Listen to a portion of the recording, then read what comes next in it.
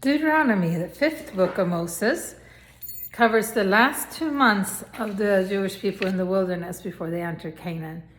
And this is Moses' last book. He dies at the end of it. He knows his days are numbered. He's 120 years old, which is the most that anybody lived.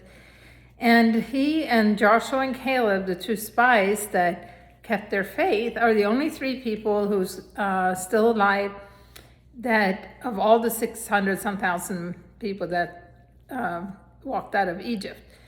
And because again, God kind of punished them for their lack of faith and didn't let them enter the promised land. Thank God today we're covered by grace, but back then they didn't have Jesus yet, so God was a little more black and white in judgment. And so in there, it's his last words with hindsight and wisdom. He reminds them of everything that God did and how he led them out of Egypt and took care of them and led them, provided, protected. And he goes over the law and the commandments and make sure that they understand to do good, fear the Lord, walk in his ways. And one of the center verses of all verses in the Old Testament is in Deuteronomy for the Jewish people. It's something they memorize. They memorize it in Hebrew. They read it at their bar mitzvah. They read it as nighttime prayer.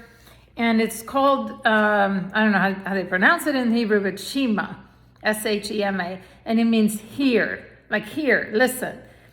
And like hear, like hearing. Hear, and it goes, is in chapter 6, verse 4-9. Hear, O Israel, the Lord our God, the Lord is one. You shall love the Lord your God with all your heart, with all your soul, and with all your strength. And these words which I command you today shall be in your heart. You shall teach them diligently to your children, and shall talk of them when you sit in your house, when you walk by the way, when you lie down, and when you rise up. You shall bind them. These words is referring to the words, the law, the Torah. You shall bind them as a sign on your hand, and they shall be as frontlets between your eyes, like, follows, be in front of your vision as you walk. You shall write them on the doorposts of your house and on your gates. So that's the Shema. And it says you should not do as we are doing here today, where every man doing whatever is right in his own eyes, which is still true today. We need to follow God's word. And it warns against false prophets. It warns against witchcraft, soothsayers, interpreters of omens, sorcerers, mediums, spiritists, or one who calls upon the dead. And that also includes horoscopes. And I think that even though you can do those things and people, but it was so accurate, and horoscopes can be so accurate. Yeah, but they're not from God. We got to be careful who the source is. Because there might be, truth and accuracy to it, but is it from God, right?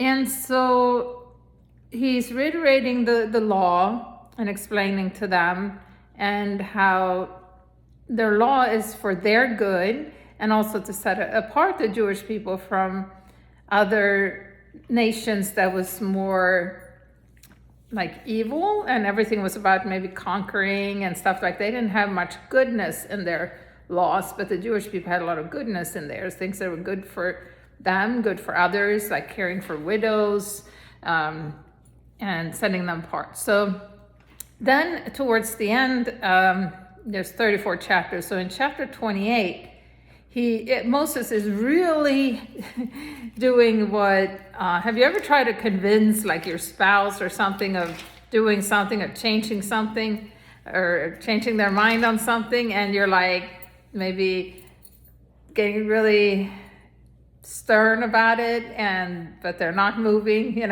Well, Moses did. He can't change nobody, but he's trying with everything he has. And in chapter 28, there's blessings on obedience and cursings on disobedience. And he's almost like threatening their lives, saying, if you do obedience, if you're obedient to the Lord,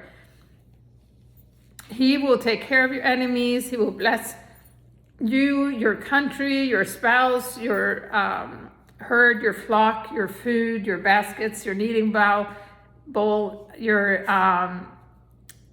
he will make you holy people. He will, protect you. He will do all these things because Moses learned from his mistake when he didn't believe in God, right? So he's like, do these things. And if you don't, the curses for disobedience is you're going to basically get cursed and die. Everything is going to go wrong in your life. But even so, after saying that and being so full of belief and conviction, he knows, and he says, he knows that they're going to disobey because he's seen it. He's seen where the people walked with God and they still disobeyed. And then he says, but one day God will circumcise your hearts. There's going to be a way somehow that God is going to circumcise your hearts, like cut off the selfishness in your heart and open yourself up to God. But he knew that at this point, things still he didn't have much hope for the future because the only hope we have is in Jesus. So the Old Testament keeps pointing to how we need Jesus.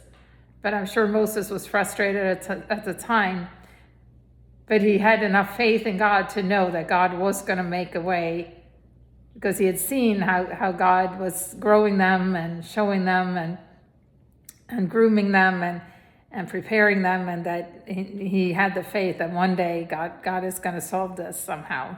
And he did with our Jesus Christ.